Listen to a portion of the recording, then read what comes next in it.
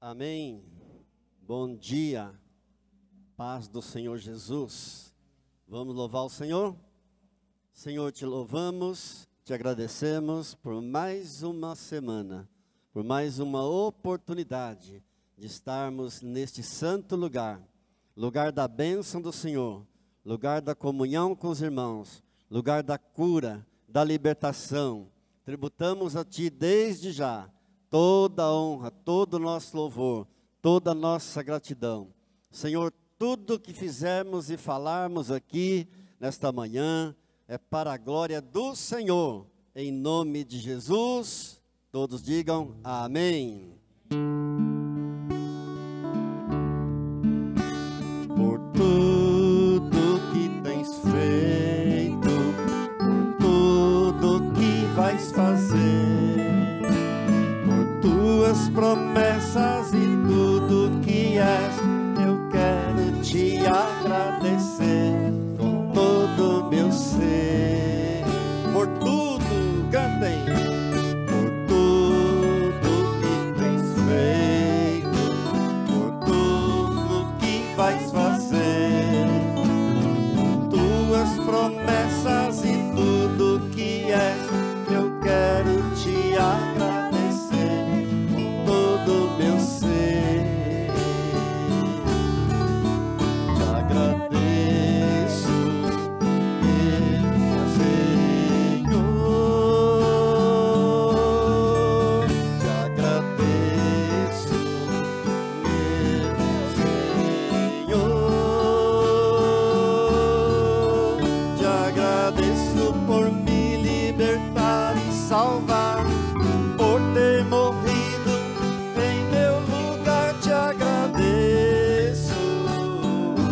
Jesus, te agradeço, eu te agradeço, te agradeço.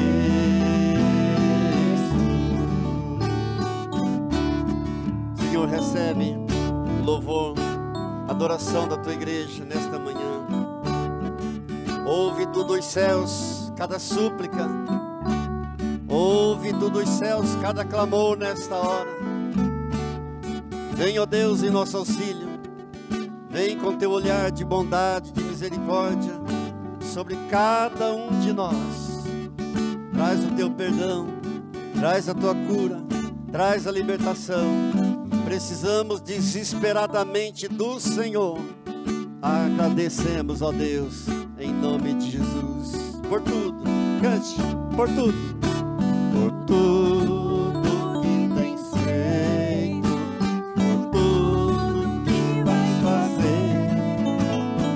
tuas promessas e tudo que és, eu quero te agradecer com todo o meu ser.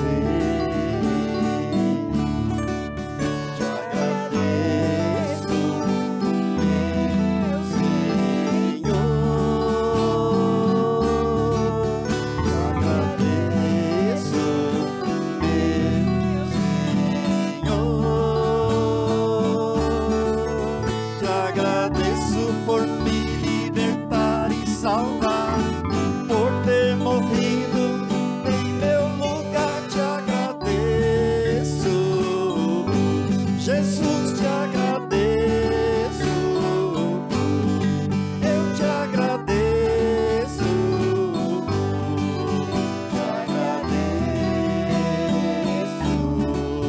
te agradeço por me libertar e salvar, por ter morrido em meu lugar. Te agradeço, Jesus, te agradeço, eu te agradeço, te agradeço,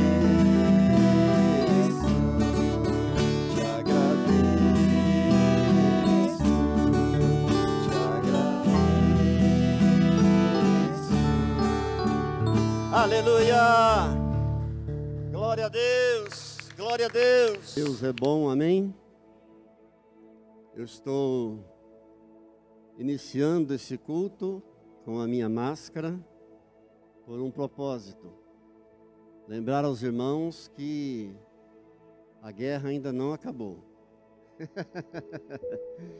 Ainda estamos em meio ao perigo de morte, e devemos todos nós continuar com todos os cuidados. Cuidados com o álcool em gel nas mãos, cuidado com as máscaras e evitando aglomerações. Ainda estamos em meio à guerra, mas devo lembrar também aos irmãos que a guerra tem um lado positivo. A guerra serve para treinar o soldado. O soldado só vai ser reconhecido, um bom soldado, só vai ser forjado no meio da guerra. E nós estamos em meio a uma guerra bacteriológica. E nesse período é que Deus tem percebido quais são os verdadeiros soldados dele. Amém? Aqueles que verdadeiramente estão alinhados com o Senhor Jesus, aqueles que verdadeiramente têm um compromisso e aliança com o Senhor Jesus. Somos crentes em Jesus, maior é o nosso Deus que todo mal? Sim, maior é o nosso Deus do que tudo. Maior é o Deus que está em nós do que aquele que está no mundo. Mas temos que tomar todo cuidado, fazendo a nossa parte. Quando o Senhor Jesus nasceu, havia também um perigo de morte na terra naquela época. O rei Herodes havia decretado morte a todos os meninos de 2 anos para baixo, a fim de pegar o Senhor Jesus, porque ele não sabia onde o menino Jesus estava, então decretou que todos os meninos de 2 anos abaixo fossem mortos. E Deus então dá uma ordem a José e Maria para que peguem o menino e fujam para o Egito. E José poderia ter dito, mas espera aí, Jesus é o Filho de Deus. Herodes não é maior do que Jesus. No entanto, eles obedeceram, fizeram direitinho, pegaram o menino, fugiram para o Egito e só retornaram quando Deus novamente autorizou. Diga, Deus é bom e a sua misericórdia dura para sempre.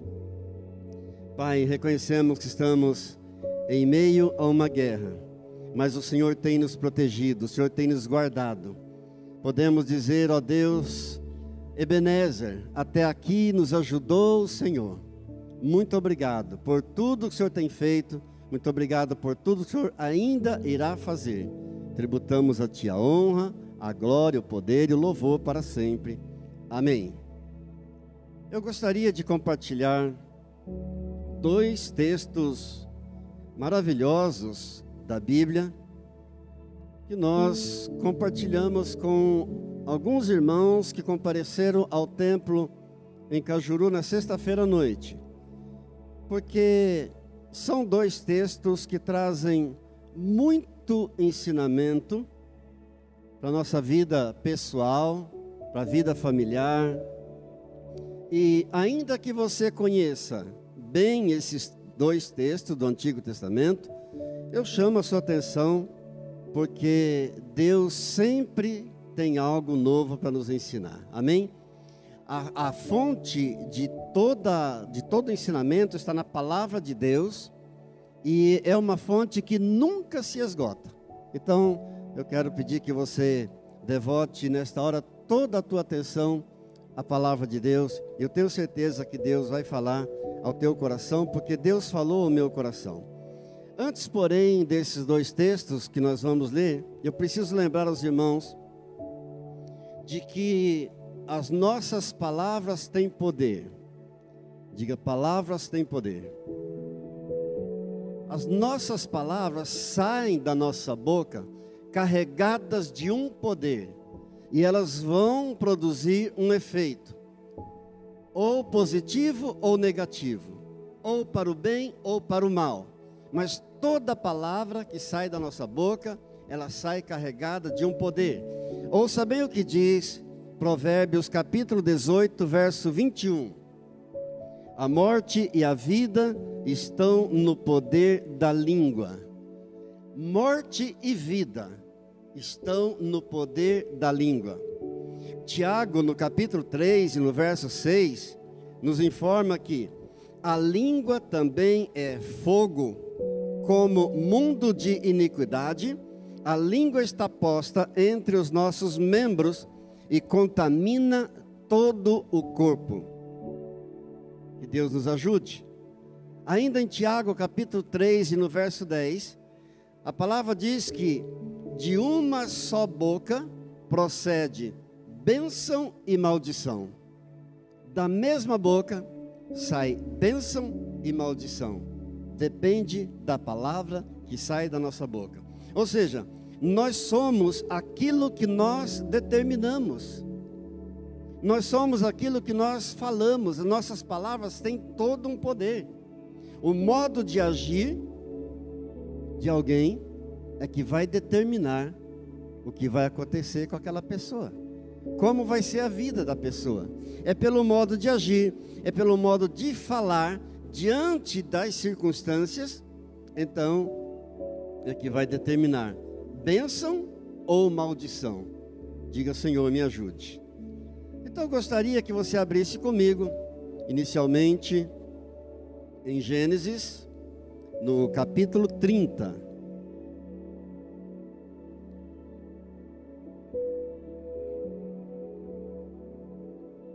Gênesis, capítulo 30. E nós vamos ler o verso 1 e 2.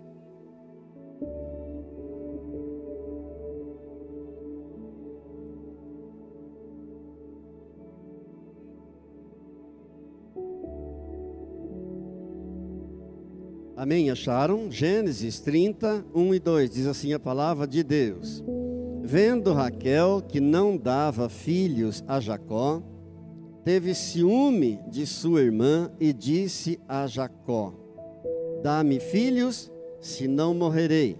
Então Jacó se irou contra Raquel e disse: Acaso estou eu em lugar de Deus que ao teu ventre impediu frutificar? Note, nessas palavras aqui, dois males terríveis entraram nessas palavras, tanto de Raquel quanto de Jacó. Ela, sendo estéril, impossibilitada de dar filhos, de gerar filhos, disse ao seu marido: Me dê filhos, senão eu vou morrer. Mas antes disso, a Bíblia está informando que entrou um ciúme no coração dela por causa da sua irmã. Vendo Raquel que não dava filhos a Jacó, teve ciúmes de sua irmã. Eu preciso lembrar aos irmãos que o ciúme é uma doença terrível. O ciúme é algo maligno. O ciúme é um câncer que mata casamentos, que destrói famílias. Os ciúmes têm causado muita tragédia e tem matado muita família. Ela, não podendo gerar filhos, teve ciúmes de sua irmã e disse a Jacó, o seu marido: Dá-me filhos, senão eu morrerei.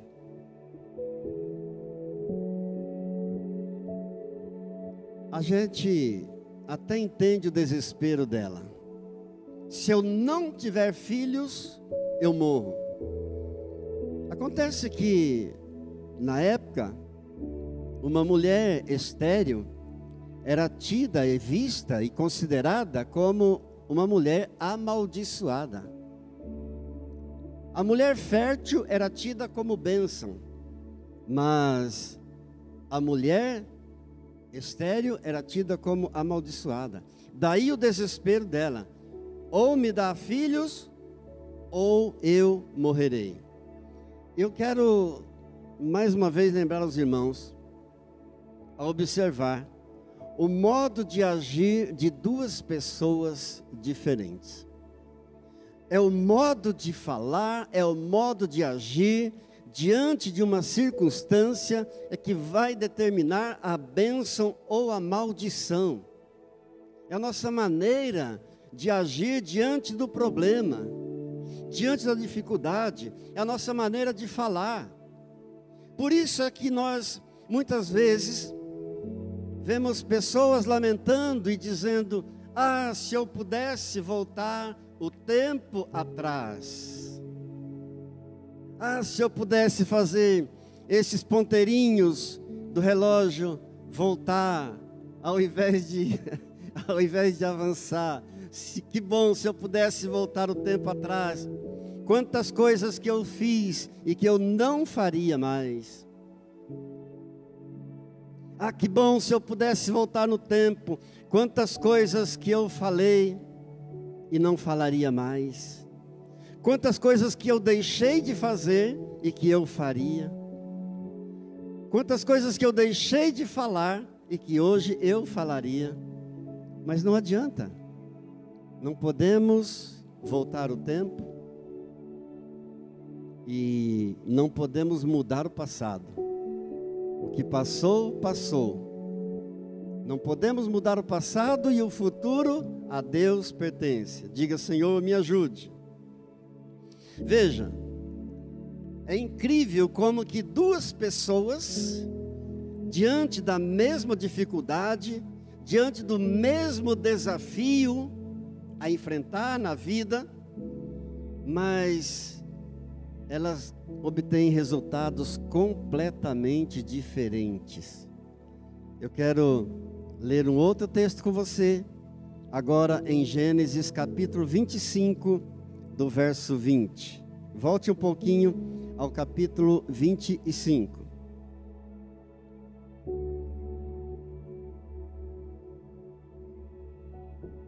Verso 20.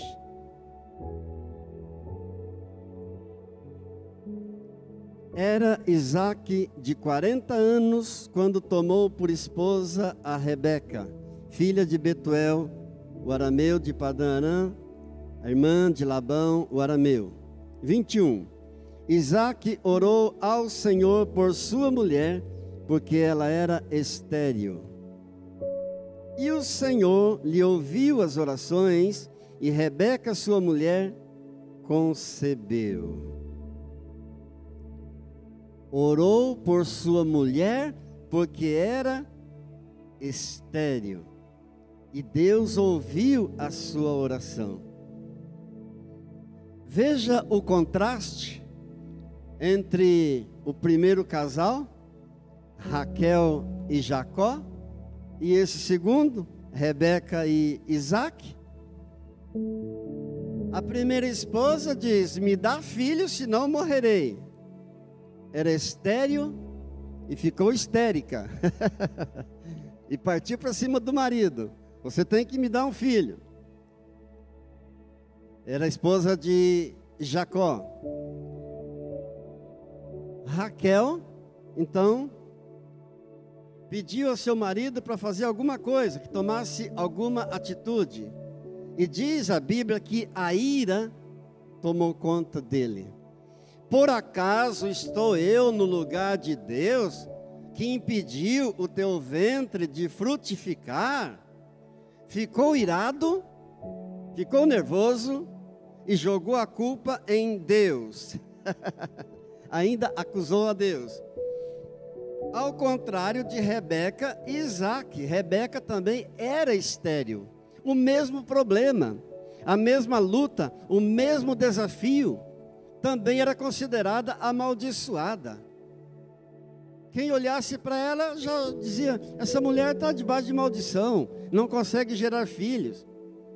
Rebeca, a esposa de Isaque, também era estéril. O que fez Isaque? Orou ao Senhor por sua mulher, porque era estéril, e o Senhor lhe ouviu as orações, e Rebeca, sua mulher, concebeu. Mas eu quero lembrar aos irmãos que a impressão que dá é que Isaque acabou de orar e Rebeca já concebeu. Não foi bem assim. Sabe quanto tempo ele orou para que Rebeca concebesse? 20 anos. Diga, o tempo é de Deus. O tempo é do Senhor. Nossa parte é orar, profetizar, confiar, abençoar, mas o tempo é de Deus. Deus é que sabe. Diga, graças a Deus. Aleluia. O Senhor ouviu as orações e concebeu. Amados, quando os soldados do exército de Saul viram o gigante Golias, disseram, nós não podemos com ele, é muito grande. Quando o pequeno Davi viu o tamanho do gigante Golias, disse, eu não posso errar o tiro. Ele é muito grande, não tem como errar.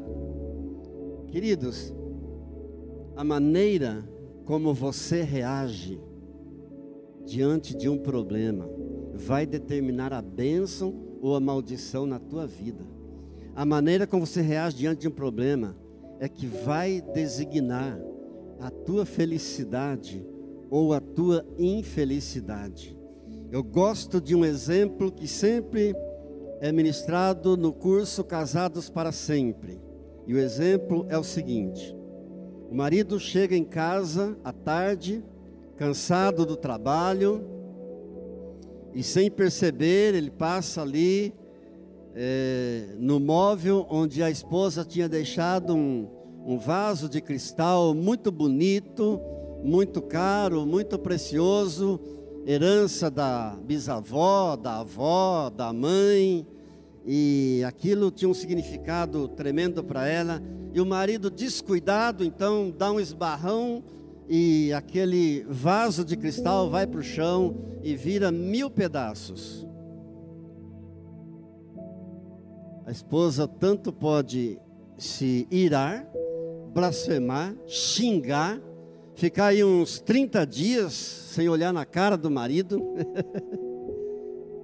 como também ela pode pegar uma vassoura, uma pazinha, recolher os cacos, botar no lixo e dizer, amor, não foi nada, foi sem querer, Deus proverá, Deus dará outro. É isso que vai determinar, é a maneira como eu vou agir, como eu vou reagir diante das circunstâncias, diante de um problema. Gosto de uma frase de uma pastora que sempre dizia, tu és aquilo que tu vês e tu tens aquilo que tu dizes. Ou seja, a maneira como você vai ver, a maneira como você enxerga, tu és aquilo que tu vês. Tu tens aquilo que tu dizes, de acordo com as tuas palavras, as palavras que saírem da tua boca, é aquilo que você vai receber. Diga, Deus me ajude, louvado seja Deus. Mas quero ir para um outro texto maravilhoso também, com os irmãos, é agora no livro de Números, no capítulo 13, por favor. Gênesis, Êxodo, Levítico e Números. É o quarto livro da Bíblia. Capítulo 13. E nós vamos ler do verso 30 ao 33. Números 13. Verso 30. Atente para a palavra. Então Caleb fez calar o povo perante Moisés e disse, eia, subamos e possuamos a terra, porque certamente prevaleceremos contra ela. Porém os homens que com ele tinham subido disseram, não poderemos subir contra aquele povo, porque é mais forte do que nós. E diante dos filhos de Israel, infamaram a terra que haviam espiado, dizendo, a terra pelo meio da qual passamos a espiar é uma terra que devora os seus moradores, e todo o povo que vimos nela são homens de grande estatura, e também vimos ali gigantes, e os filhos de Anak são descendentes de gigantes, e éramos aos nossos próprios olhos como gafanhotos, e assim também o éramos aos nossos olhos. Agora, um pouquinho mais adiante, capítulo 14, do verso 5 ao verso 9. Então Moisés e Arão caíram sobre o seu rosto perante a congregação dos filhos de Israel, e Josué, filho de Num, e Calebe, filho de Jefoné, dentre os que espiaram a terra, rasgaram as suas vestes e falaram a toda a congregação dos filhos de Israel, dizendo: a terra pelo meio da qual passamos a espiar é terra muitíssimo boa. Se o Senhor se agradar de nós, então nos fará entrar nessa terra e nos dará, terra que mana leite e mel. Tão somente não sejais rebeldes contra o Senhor, e não temais o povo dessa terra, porquanto, como pão oco podemos devorar. Retirou-se deles o seu amparo, e o Senhor é conosco. O Senhor é conosco, não os temais. Note, 10 espias tinham ido investigar a terra de Canaã, porque o Senhor Deus havia dado um comando a Moisés, enquanto estavam no deserto, que enviassem esses espias para espiar a terra de Canaã, para ver como estava, qual era a situação da terra que Deus daria para eles. E então Moisés enviou um de cada tribo, 12 espias, porque eram 12 tribos. E 10 espias eram incrédulos. Eles tinham ido investigar a terra de Canaã, e 2 eram confiantes, também tinham ido olhar a mesma terra ao mesmo tempo. E aqui nós observamos a diferença. Josué e Calebe eram os 2 confiantes. Os outros 10 eram pessimistas. Só tinham palavras de derrota, palavras de tristeza. E disseram: nós não poderemos subir contra aquele povo, porque é um povo forte demais. A gente não vai conseguir nada com eles. São mais fortes do que nós. Essa terra é uma terra que devora todos os moradores que habitam ali. Todo o povo que nós vimos lá nessa terra são homens de grande estatura. E também nós vimos ali muitos gigantes. E nós parecíamos como gafanhotos diante deles. Nós somos muito pequenininhos, não tem condições. E observe, nós temos 2 opções quando estamos diante de um problema: ou focar o problema, ou focar em Deus. Se focarmos o problema, nós vamos sucumbir. Se focarmos em Deus, nós vamos prevalecer. É a mais pura realidade. Os 2 espias confiantes, Josué e Calebe, disseram: não, a terra que nós acabamos de espiar é muitíssimo boa. E se o Senhor se agradar de nós, nos fará entrar nessa terra. Note, algo aqui tremendamente importante, fundamental, que deve sair da nossa boca a todo instante: se o Senhor se agradar de nós. Ou seja, se isto for da vontade do Senhor. Porque muitas vezes nós nos esquecemos dessa frase tão fundamental: se Deus permitir, ou se for da vontade de Deus. A Bíblia nos exorta em Tiago, no capítulo 4 e no verso 13 ao 15. Eu não posso deixar de ler nesse momento esses 3 versículos para você. Atente bem para a palavra. Tiago 4, do 13 ao 15. Atendei, pois, agora, vós que dizeis: hoje ou amanhã iremos para tal cidade, lá passaremos um ano, negociaremos, teremos lucros. Vós não sabeis o que sucederá amanhã. Você não sabe o que vai acontecer nem amanhã, quanto mais daqui a um ano. É o que a palavra está dizendo. O que é a vossa vida? Sois apenas como neblina, que aparece por um instante e logo se dissipa. A tua vida é como uma neblina. Por um instante aparece, logo se dissipa. E continua dizendo: em vez disso, devias dizer: se o Senhor quiser, não só viveremos, como também faremos isso ou aquilo. Sabe o que essa palavra está lembrando a nós? Sabe o que está lembrando a nós? Da soberana vontade de Deus, que sempre deve prevalecer.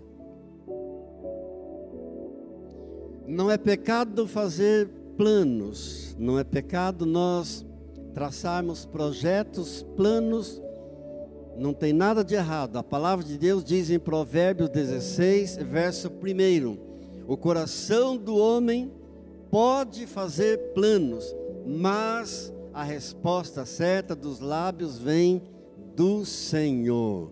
Glória a Deus. Repita comigo: o coração do homem pode fazer planos, mas a resposta certa dos lábios vem do Senhor. Graças a Deus. Gostei desses dois espias aqui, confiantes, Josué e Calebe, cheios de confiança. A terra que acabamos de espiar é muitíssimo boa, e se o Senhor se agradar de nós, nos fará entrar e nos dará essa terra. É uma terra que mana leite e mel. Não tenhas medo do povo dessa terra, nós vamos devorá-los como pão, porque o Senhor é conosco. Glória a Deus. A gente vai devorar esse povo, esses gigantes, esses inimigos, como a gente devora um pão, porque o Senhor é conosco. Diga glória a Deus. É incrível como a atitude de uma pessoa que está diante de um problema faz com que, apesar de ter a mesma dificuldade que outra pessoa, faz com que ela obtenha resultados completamente diferentes. Diga: Deus é bom e a sua misericórdia dura para sempre. Isaac, aquele que orou pela esposa, obteve como resposta da sua oração a bênção de Deus. A esposa era estéril, era um problema para ela, era tida como amaldiçoada. Ele vai e ora, abençoa, profetiza, e Deus respondeu a oração, e ela gerou gêmeos. Olha que diferença. Enquanto que o exército de Saul passou muito tempo sendo zombado, ridicularizado pelo gigante Golias, o pequeno Davi foi lá e cortou a cabeça dele. Os 10 espias pessimistas voltaram dizendo: não tem jeito, essa terra não é para nós não vamos conseguir, cheia de gigantes. Josué e Calebe disseram: não, a terra é boa, nós vamos vencer, porque o Senhor é conosco. Se o Senhor se agradar de nós, nós vamos entrar. Adivinha quais foram os dois que entraram na terra prometida? Josué e Calebe. Observe as diferenças. Um, quando viu a esposa estéril, cheia de ciúme, ficou irado, jogou a culpa em Deus, dizendo que não estava no lugar de Deus, que era Deus que havia feito o ventre dela estéril. O outro abençoou, profetizou. Um exército inteiro temeu diante do grande Golias. Um só venceu, derrotou o gigante Golias. Que coisa gloriosa. 10 medrosos disseram: não tem jeito, nós somos como gafanhotos. 2 corajosos disseram: não, nós vamos vencer porque Deus é conosco. O Senhor vai se agradar de nós. Se o Senhor se agradar de nós, nós venceremos. Nós possuiremos a terra. Diga graças a Deus. Louvado seja o Senhor. Nós vamos ministrar a ceia do Senhor nesta hora. Mas antes eu quero ler um versículo para que os irmãos gravem bem. É Provérbios 24, verso 10. Diz assim: se te mostras fraco no dia da angústia, a tua força é pequena. Se você se mostrar fraco diante do problema, no dia do problema, no dia da angústia, então a tua força é pequena. Mas se você se mostrar forte, a tua força será forte, porque a tua força não virá de você, virá de Deus. E você só poderá se mostrar forte diante de um problema se você estiver em Deus. E sem Deus não podemos nada. Eu me lembro agora e gosto daquela comparação do peixinho. O peixinho foi criado para viver em água. Você tira o peixinho da água, ele começa a debater e em pouco tempo ele morre. Assim o homem, o ser humano, foi criado para viver em Deus. Fora de Deus, ele vai ficar se debatendo e vai morrer, porque não tem vida fora de Deus. Diga graças a Deus. Provérbios 24, 10. Se te mostras fraco no dia da angústia, então a tua força é pequena. Vamos orar um pouco, pensando em tudo isso que nós lemos na Bíblia, em tudo isso que nós comentamos, falando com Deus. Querido Deus, querido Pai, a força nossa está no Senhor. Tudo que nós precisamos está no Senhor. A força moral de uma pessoa só é vista quando ela é verdadeiramente testada. E nós cremos que estamos passando um período de teste. Entendemos, Senhor, que não é tempo de acusarmos ninguém, não é tempo de nos abatermos, não é tempo de desanimarmos, de desistirmos. Pelo contrário, é tempo de buscarmos a força que vem do Senhor. Porque as adversidades da vida, Senhor, muitas vezes nos colocam em meio ao fogo. E nós precisamos do Senhor, da sua graça. Sabemos, ó Deus, entendemos hoje por Tua palavra que a maneira como agimos diante do problema, diante da dificuldade, é que determina a bênção ou a maldição. A maneira como nós reagimos diante das dificuldades é que vão mostrar o grau em que nós estamos diante do Senhor. Ó Deus querido, que grau que nós estamos em nossa vida diante do Deus Todo-Poderoso.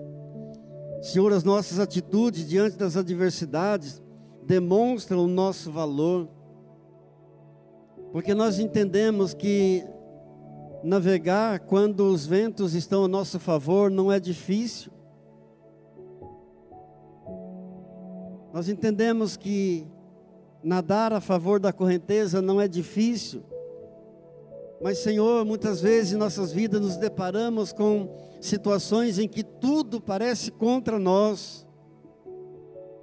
E nessa hora o desespero tenta tomar conta de nós. O desânimo, a frieza, a apatia. Senhor, tenha misericórdia de nós nessa hora. Pai querido, em nome de Jesus, precisamos da Tua graça, Senhor. Precisamos da Tua graça. O Senhor nos preveniu um dia que no mundo teríamos aflições, mas que tivéssemos bom ânimo, porque o Senhor venceu o mundo. Nos abençoe com a Tua paz. Nos capacita, ó Deus. Precisamos de Ti. Precisamos desesperadamente do Senhor e da Tua força, da Tua graça, da tua misericórdia, do teu perdão. Diga, Senhor, seja comigo, me ajude e me abençoe. Em nome de Jesus. Amém.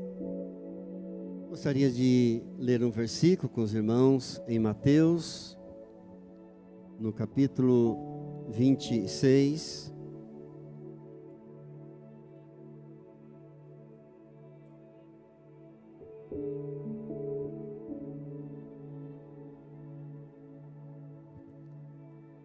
Mateus 26, verso 26 também. E diz assim a palavra de Deus: enquanto comiam, tomou Jesus um pão e, abençoando-o, partiu e o deu aos discípulos, dizendo: tomai, comei, isto é o meu corpo. A seguir tomou um cálice e, tendo dado graças, o deu a seus discípulos, dizendo: bebei dele todos, porque isto é o meu sangue, o sangue da nova aliança, derramado em favor de muitos para a remissão de pecados. E digo-vos que, desta hora em diante, não bebereis deste fruto da videira, até aquele dia em que o hei de beber novo convosco no reino de meu Pai. E tendo cantado um hino, saíram para o Monte das Oliveiras. Eu quero que você atente para esses detalhes.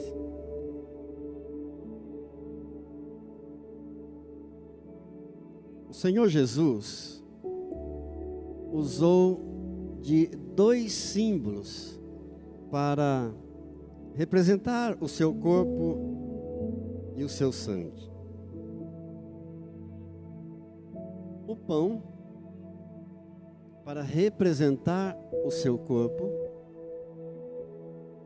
porque o pão é o alimento mais barato, é o alimento mais simples e que está presente em todas as mesas, em todas as refeições de todo o mundo.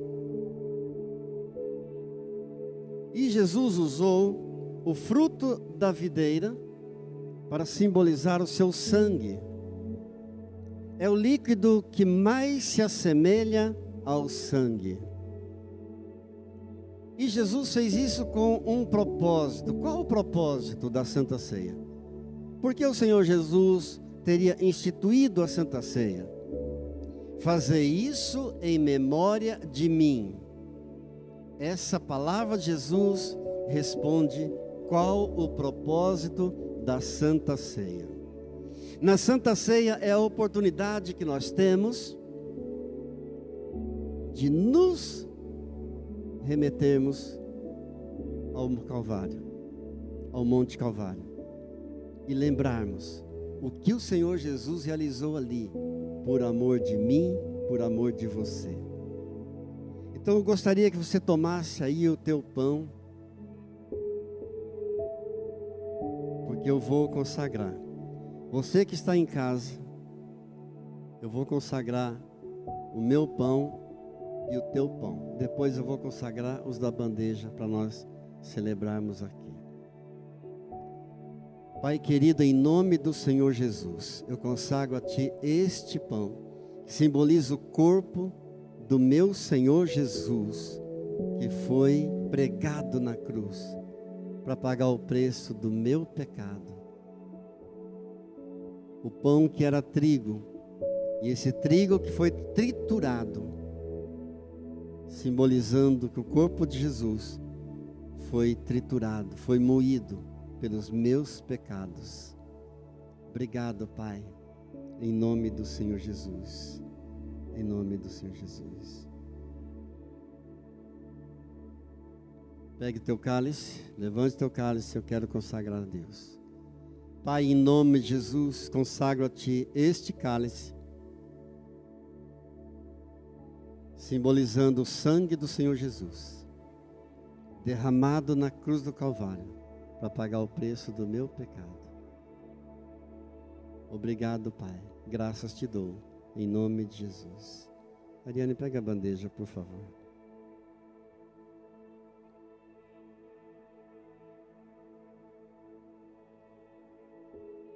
Obrigado. Porque eu recebi do Senhor o que também vos ensinei. Que o Senhor Jesus, na noite em que foi traído, tomou do pão e, tendo dado graças, abençoou, partiu e deu aos seus discípulos, dizendo: tomai e comei, isto é o meu corpo que é dado por vós. E semelhantemente, após cear, tomou também do cálice, dizendo: este é o cálice da nova aliança. Fazei isso em memória de mim. É em memória dele que estamos fazendo isso, queridos. É obedecendo a ordem dele. Fazei isso em memória de mim. E ele disse também: examine-se, pois, o homem a si mesmo, e assim coma do pão e beba do cálice. Pois quem come e bebe sem discernir o corpo, come e bebe juízo para si. Nós vamos fazer isso agora. Antes de comermos do pão e bebermos do cálice, nós vamos fazer um autoexame. E um autoexame não é para julgar ninguém, não é para analisar a vida de ninguém, mas é para nós analisarmos nossas próprias vidas e pedir ao Espírito Santo que venha sondar os nossos corações e nos arrepender dos nossos pecados. Faça isso agora em nome de Jesus. Pai querido, em nome do Senhor Jesus, nos arrependemos do nosso pecado. A tua palavra diz que não há homem que não peque, não há um justo sequer. Por isso nós nos arrependemos. Te pedimos, venha nos lavar nesta hora, venha nos purificar, ó Deus, com a tua graça, com o teu perdão, com a tua misericórdia, em nome do Senhor Jesus. Glórias a Deus. Antes de comermos do pão, antes de bebermos do cálice, vamos agradecer ao Senhor. Pai querido, nesta hora de profunda comunhão e intimidade com o Senhor, eu quero te louvar pelos 20 anos de fundação da Igreja Internacional da Família Cristã, que celebramos esse mês de outubro. Te agradecendo por tudo, Senhor, por todas as bênçãos e maravilhas e milagres, por tudo que o Senhor operou e por tudo que o Senhor ainda irá realizar. A Ti damos toda a glória, toda a honra e todo o louvor, em nome de Jesus. Amém. Em memória de Jesus, comamos do pão.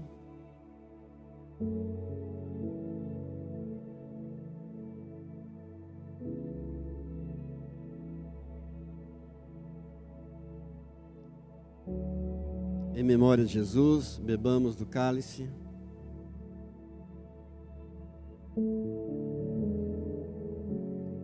Aleluia, glorifique ao Senhor. Glória a Deus, glória a Deus. Exalte aquele que é digno de todo louvor e de toda exaltação. Obrigado, Jesus querido, pelo teu precioso sangue. Nós fomos comprados, ó Deus, por um preço muito alto.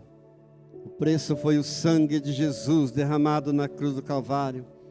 Por isso, Deus, somos felizes, porque somos propriedade do Senhor. O Senhor pagou o preço da dívida, pagou o preço da nossa culpa. Tu és o nosso dono. Obrigado, Jesus, no sangue do Cordeiro nós fomos lavados, purificados, justificados. Por isso, Senhor, toda a gratidão do nosso coração a Ti somente. Obrigado, Deus querido, porque o sangue do Senhor Jesus, o mediador de uma nova aliança, fala continuamente a cada um de nós, até os dias de hoje. Fala no céu, ao meu favor. Obrigado, Deus querido. Obrigado, Jesus, porque Tu estás à direita do Pai, intercedendo dioturnamente, incessantemente, por cada um dos Teus filhos. A Ti nós tributamos toda a honra, toda a glória e todo o louvor. Em nome de Jesus, digam graças a Deus. Amém. Louvado seja o Senhor. Glória a Deus.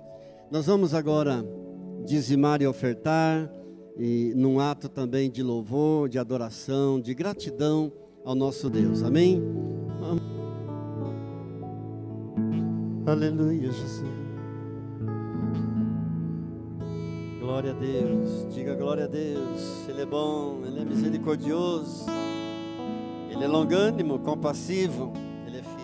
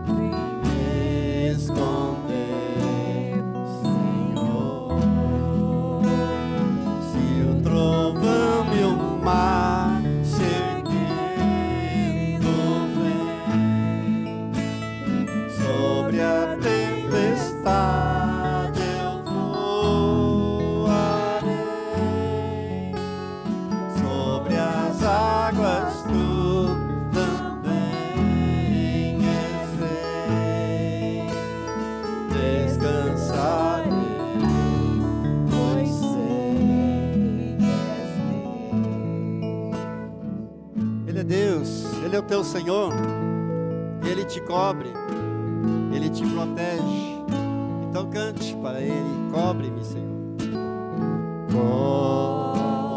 Cobre-me com tuas mãos, com tuas mãos, com poder.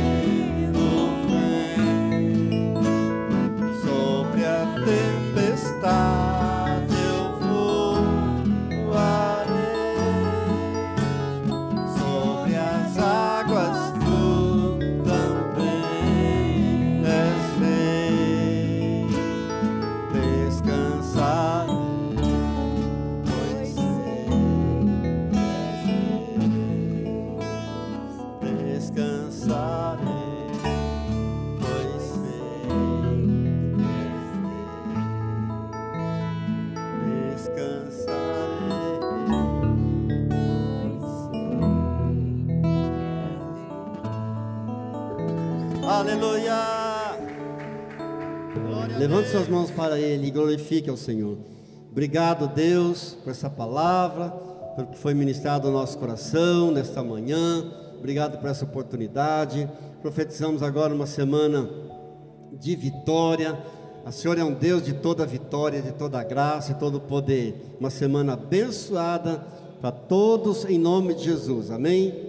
Que a graça do Senhor Jesus, o amor do Pai e a comunhão do Espírito Santo de Deus seja sobre a tua vida, sobre a tua casa e a tua família, hoje e sempre. Digam amém. Shalom.